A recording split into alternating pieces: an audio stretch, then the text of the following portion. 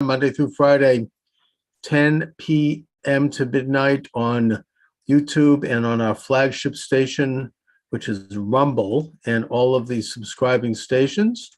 Let me just call up my information here.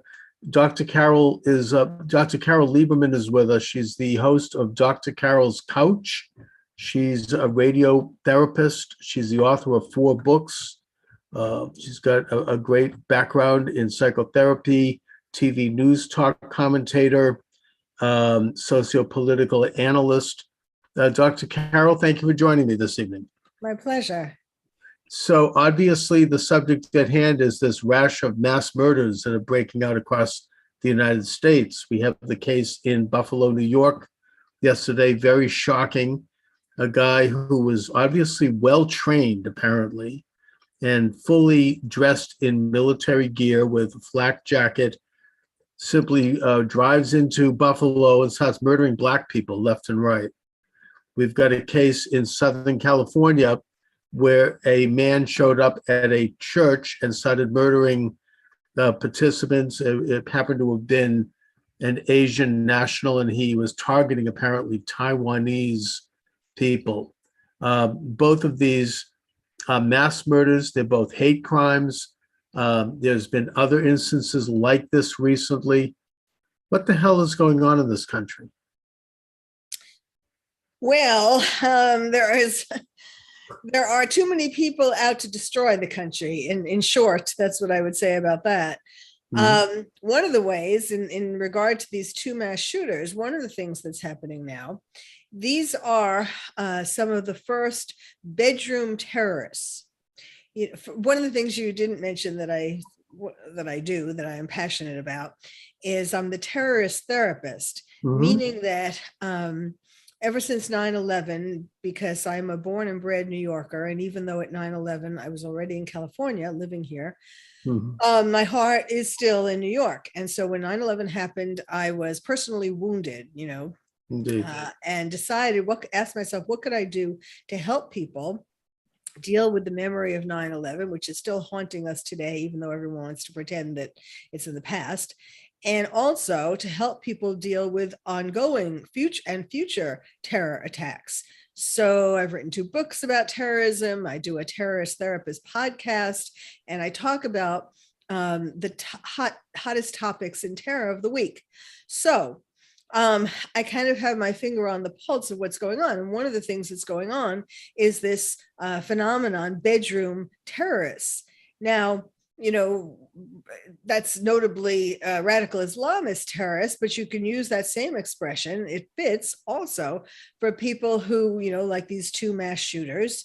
Well, I'm not sure about the Taiwanese, the Asian in the Taiwan church, or the people mm-hmm. who are Asian in the church, but I'm not sure how much, because it comes from the lockdowns having given people a lot more free time to spend on their computers and on online video games, violent video games. So online places where they get hate material, where they get the propaganda, just like the Buffalo shooter. He found lots of places to read about the replacement theory and about, all kinds of bad things about Black people. So, and in this time that they're embroiled in all of this propaganda against one, kind of person, one group of people or another, some of the people who do that are then motivated to actually go out and be violent towards these people. And that, that explains at least the Buffalo shooter. Mm. And the thing that we need, what's important about that is that this is just the beginning. We've seen some radical Islamist bedroom shooters, terrorists right. In England already. And now we're seeing, people here, there are going to be more of them. In other words, there's a whole group, it's hard to even know how many, but there's a whole group of people who have been doing this during lockdowns and who have become enraged and feel justified in being violent towards certain groups of people. And so this is something, I mean, we saw it. Even another way to look at it is the Michigan school shooter of several months ago. Right. So we're going to be seeing more of these, of all different backgrounds, and hate towards all different other kinds of people. And I think that is something to take from this, that we need to be more on the lookout. Now, Peyton Gendron, the Buffalo shooter, there have been some articles that said no red flags. Really? There were lots of red flags. I wanted to mention that because a year ago, apparently he had threatened his high school with mass murder. He had been in a hospital for a few days, something that was removed from his record. He was seeing a therapist. Now, I thought that the law says, and you're a therapist, you can speak to this, that if you have a patient who is talking about things like this, you have to report that. Right? Well, there is a Terrorism law that started in California some years ago, where if a patient is making a threat, and you think that the threat is imminent and it's directed towards a specific group of people, like in Terrorism, it was towards a woman. And so he was supposed, and she ended up killing her. And so he was supposed to have, or the therapist should have called the police, because there was a very specific duty to warn. Exactly. And there was a very specific person to warn. Now with Peyton, I think it would be hard to, well, certainly, I mean, yes, he was brought to the attention of the police because he had said he was going to do a mass shooting, kill at a graduation or something like that. And he was hospitalized for a day and a half, or brought into some kind of psychiatric facility. They only kept him a day and a half.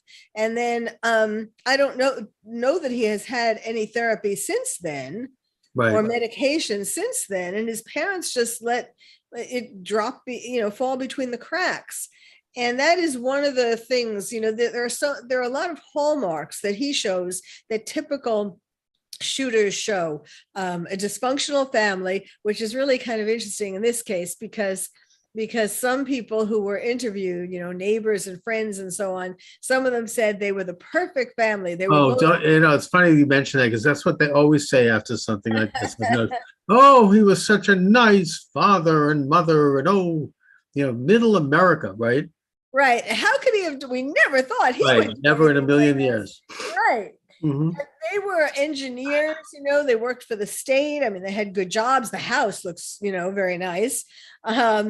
Sometimes I wonder about what people in other countries must think when people who are less fortunate, even in our country, must think when there's some kind of a killing or some kind of a crime, and then they show the house of the person, and the person lives in this really nice, I mean, we're not talking a multi-million-dollar mansion. Sure, but not that, a very nice house. And I always think about how some people must be saying to themselves, what is he, why is he, making all these problems when look at he must have a nice life. I mean, this kind of, act, putting aside, I want to ask you about the insane question, but it has nothing to do with poverty usually. In fact, most of the people that are involved in this thing are usually pretty well off. I mean, you could look at bin Laden and the 19 people at 9/11, they're multimillionaires. This is very well financed. And which brings me to the question of whether or not, and we could specifically talk about the Buffalo person here.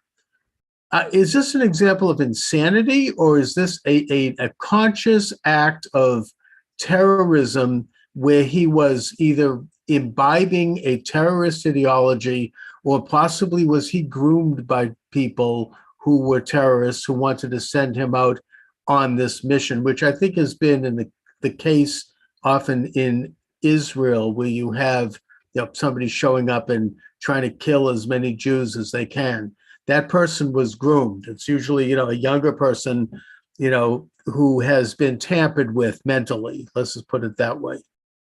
Well, I don't think, if you mean, was he groomed by radical Islamists? I don't. Or by someone. I don't know if it's a radical Islamist. I mean, it could have been the CIA.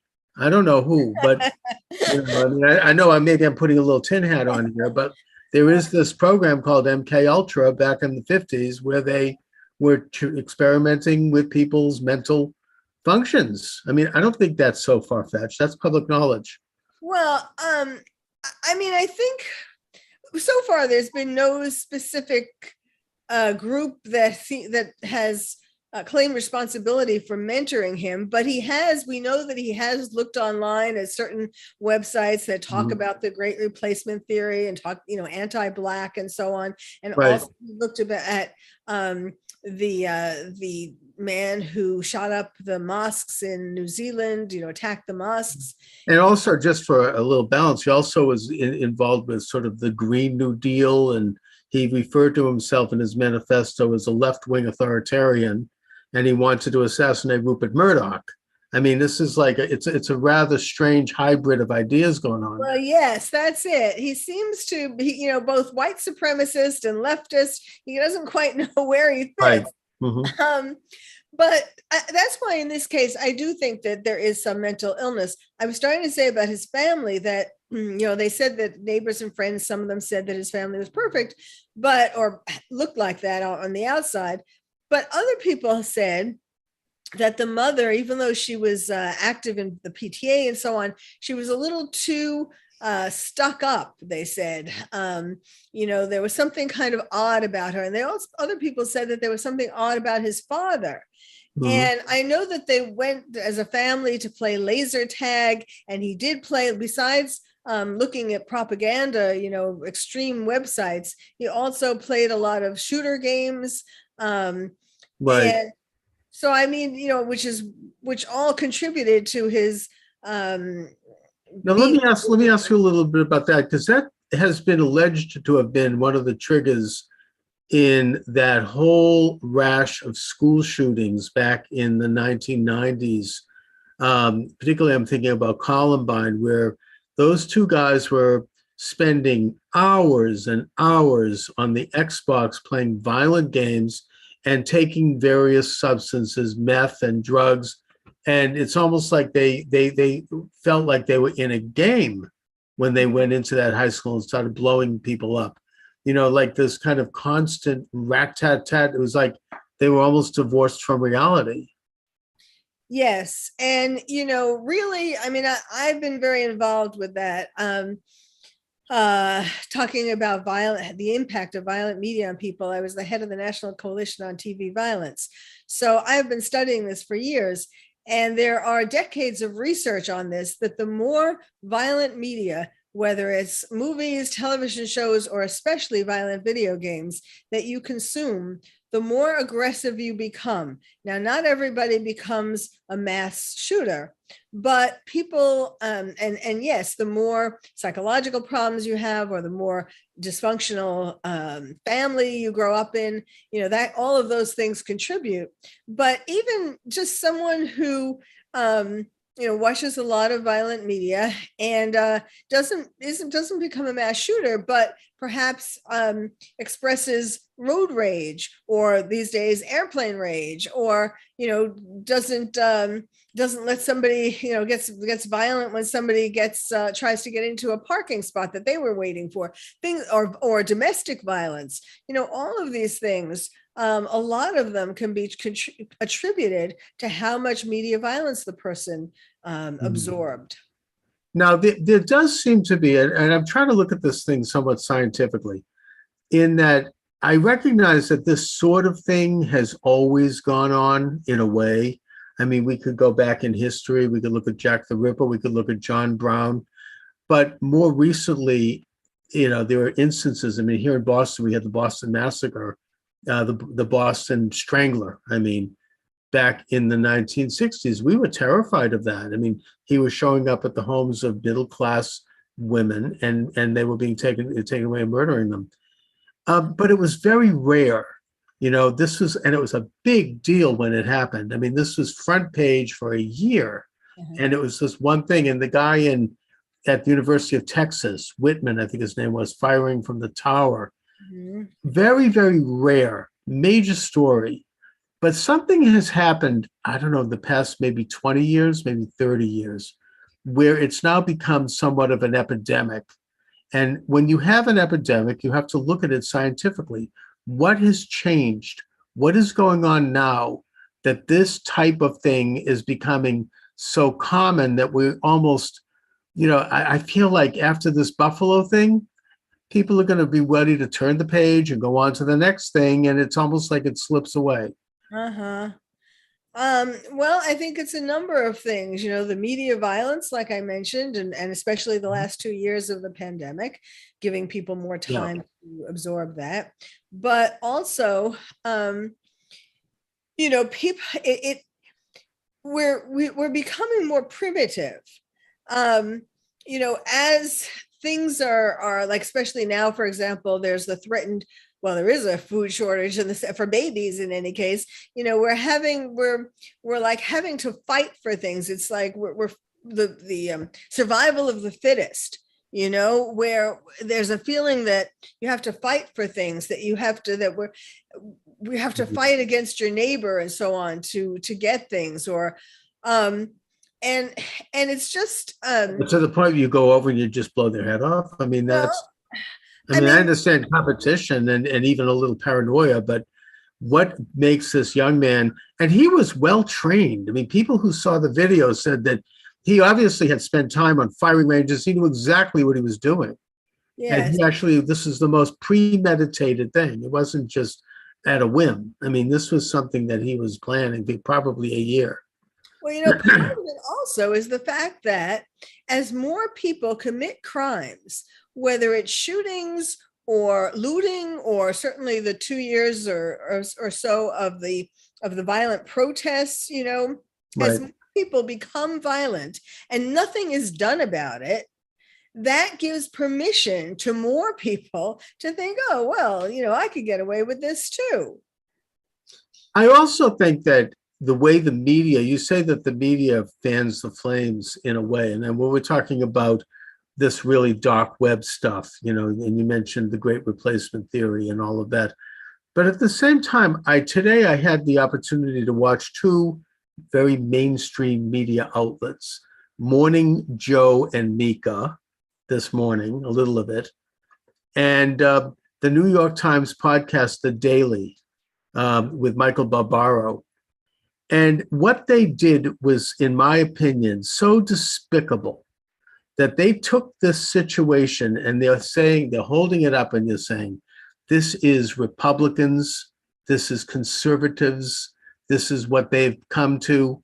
They mentioned Tucker Carlson in a way that almost sounded like they were on some kind of QAnon thing. I mean, and he did this on that day and he did this here and that, you put that over there and then it means this. And it's, to me, this is really exacerbating a problem here by trying to take political advantage of this. And it just, what that's going to do is it's going to make people more, in a way, crazy, because they're going to be like, oh, yeah, I don't know. It's just, it's ugly. And it's all done and couched in this sophisticated cadences with their phony British accents. And as they condemn half the country, and they're like, this is the, look in the mirror, this is us, this kind of crap. Well, we are heading, it seems like we're heading towards civil war on a number of fronts: politics, race, now the abortion issue. I mean, there are a lot of things where the country is so divided. And, that you kind of wonder. Yeah, but how does that have to do with some guy showing up at a grocery store and killing Black people? I mean, to me, yes, we have serious divisions on issues, but, I don't quite make the connection there. I mean, I don't think that makes people, I mean, there was that weird guy that Bernie Sanders supported that showed up at a Republican baseball game and he opened fire. That might have been a little bit more an outright political thing, it looks like to me.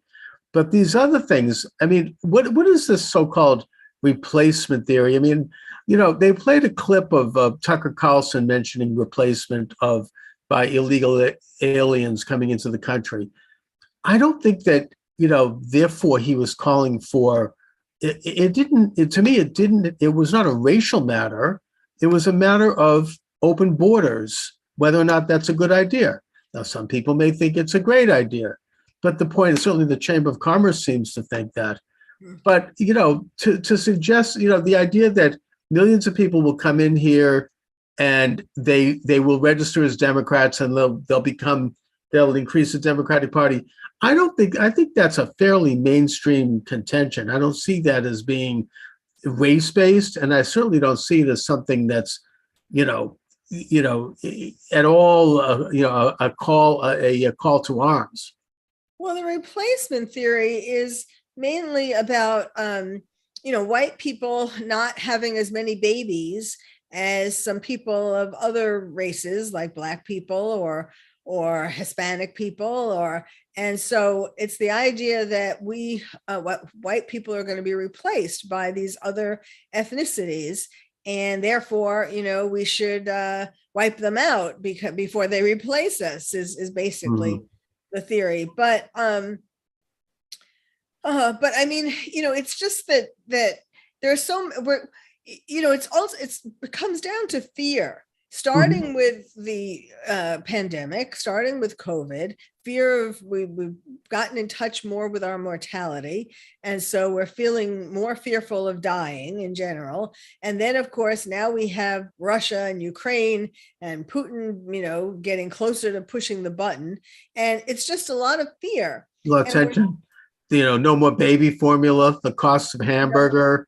There are a lot of things going on in this country, and there's a lot of distrust of this particular administration. But as far as like the, the so-called replacement theory, I just want to get back to that for a minute. I get the fact that there's like a real fringe, group. You could even say they're right wing, I suppose, and they're racist. That might believe that kind of stuff, but that's not what conservatives think, and that's not what Tucker Carlson is talking about. It's not a race thing, and it's to take this tiny fringy thing, and I believe that's real. I think there's enough evidence to say that they're real, and to conflate that to imply that this is being encouraged by Republicans and by right, that's absurd. It's absurd, but that's exactly what they're doing today on the major media outlets, and it's absolutely, it just makes I get very hot under the collar about that. Well, that, and they're going to use, they try to twist whatever happens in the news, to be somehow the fault of Republicans or right. And of course, the other thing that this is going to do, or has already started to do, is to show, well, you see, this is what happens when people are able to get guns. We need to get rid of guns. Right, sure. And the fact is that guns, were much more available in decades past. I remember, I'm old enough to remember when you could buy a gun on the counter at Woolworths.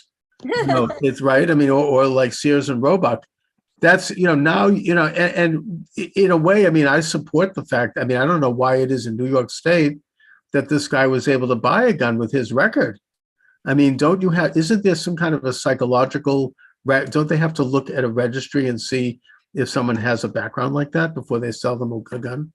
Well, I know that there are different rules in different states, but, and I'm not really sure whether his 1.5 days in a psychiatric facility ever got communicated to anybody, the police or something that would go around to gun shops. It seems like it was considered such a trivial thing that perhaps, that didn't rise. Trivial that he was threatening to blow up his high school. Yes, it shouldn't have been considered a trivial. Why wasn't he on the watch list at the FBI? What the hell? That's what I'm wondering. Well, that's why this has so many hallmarks of the basic kind of school shooter, mass shooter, a dysfunctional family, and absorption in violent media, some kind of psychological disorder, a mental illness or problem of some sort.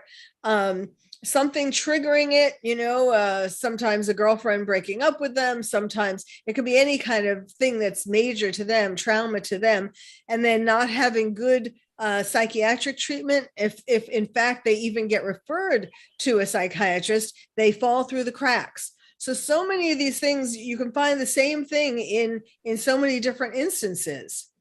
Indeed, the only thing that I'm puzzled by and that bothers me is that those sorts of conditions have always been with us.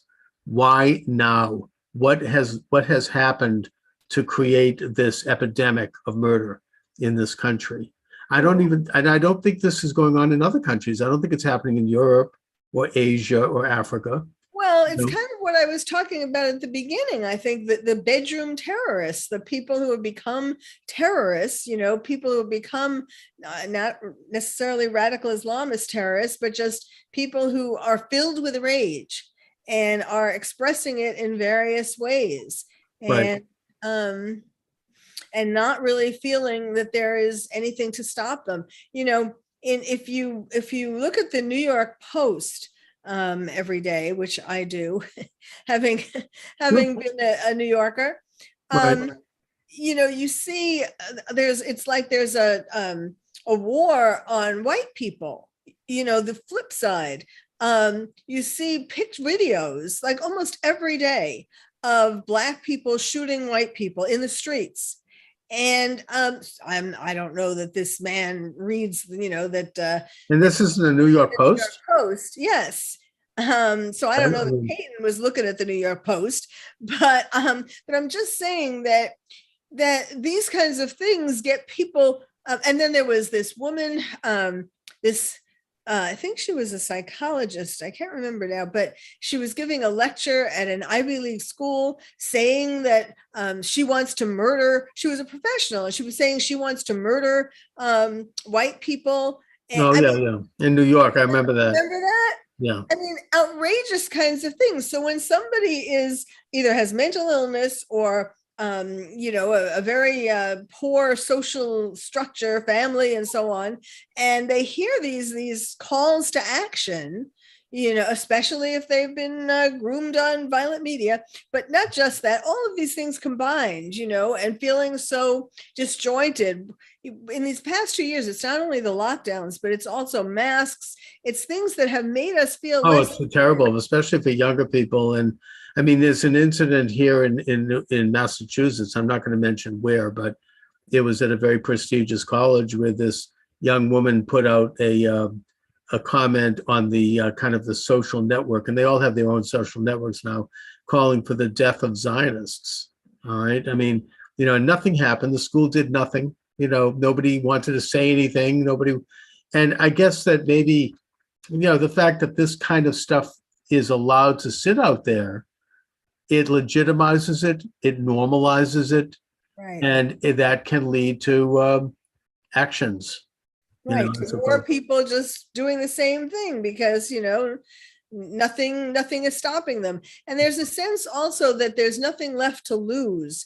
I was starting to say about facing our mortality, and people are feeling that maybe part of PTSD is feeling like you're going to have a shorter lifespan than you had originally thought. So there's some of that going on too, feeling like I have nothing left to lose. Either Russia's going to blow us up, or I'm going to die of COVID, or, some other catastrophe. No, I could see that. And certainly after a year and a half of hearing about the horrors of COVID, which I think were, a little bit exaggerated, quite frankly. And just this daily digest of that, it's depressing, and it can, especially for younger people who are impressionable anyways. So Dr. Carole Lieberman, what are you working on these days? I know you're an author of 4 books. What are you up to? What am I up to? I am trying to save America. And it's not an easy job, I'm trying to point, just what we're doing tonight. I'm trying to point out things that people need to pay attention to before our country is totally destroyed. I'm working on another book. I'm doing well, between my Dr. Carol's Couch and the Terrorist Therapist Show, and I do a column also in Front Page Detectives called Inside the Criminal Mind, where I take, criminals in the news, like I've done the past two on Johnny Depp and Amber Heard. So because I work also my day job as a forensic psychiatrist. Okay. I mean, I have a sort of a musing about that. I mean, it seems to me that for a criminal to do the crime, whether it be a violent crime or even a kind of a civil kind of a crime, they have to, at some level, convince themselves that what they're doing is good. Am I right? Everybody is a little different. It's because nobody wants to think that they're doing something evil when they do it. Well, some people do. Some people know that it's evil and they bask in the evilness. Yes. Okay. I don't know why. I mean, I heard an interview with this guy. I think it was Sammy the Bull Gravano, and he was like a hitman. He murdered something like 20 people. And he said, I somehow, when I would do this, I didn't have any moral feeling about it. I felt like I was making the world a better place. Yes, some people left an impression on me. Yes, some people can convince themselves of that while they're taking the money for being a hitman. Right. And of course, I think that on the broad scale, that's how the Nazis operated. They thought they were making the world a better place by, eliminating 6 million Jews, amongst other people. This is cleansing the world, kind of this bizarre idea of purifying things. Right. Anyways, no, it's a very interesting analysis that you're doing, and it's important work, to get to understanding what constitutes this kind of a mind and this kind of a character, so we can know what we can watch for this and see it when we see it, and know that we're seeing it, because nobody wants to see these things. We don't want to think these things about other people. That I think that's where con men always operate well. They know that they can do their con in broad daylight because people don't want to believe. I mean, I actually studied this recently in my own psychology class, that people, in a sense, even vision and is something that's selective.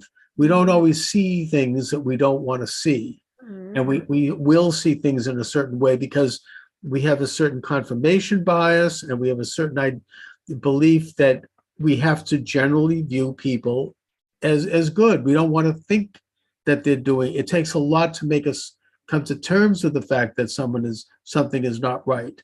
And people can go like this for years. They could go this way for their whole life. Yes. So anyways. It's true. That's how con men operate, right? Charming. So, yeah, really. So, and at the core, of course, there's no moral compass. So, Carole, let my listeners and viewers know where they can watch you and get information about you and your books. Sure. Well, one website is terroristtherapist.com, and you can get my one of my terrorism books there, Lions and Tigers and Terrorists, oh my, How to Protect Your Child in a Time of Terror. Then expert witness forensic psychiatrist.com, and drcarole.com. And then, of course, Twitter at Dr. Carole MD. Carole is, so it's at DrCarole MD. Okay. All right, Dr. Carole, I want to thank you for joining me. It's a difficult subject, and I'm pleased that you're forging into it, because we need that.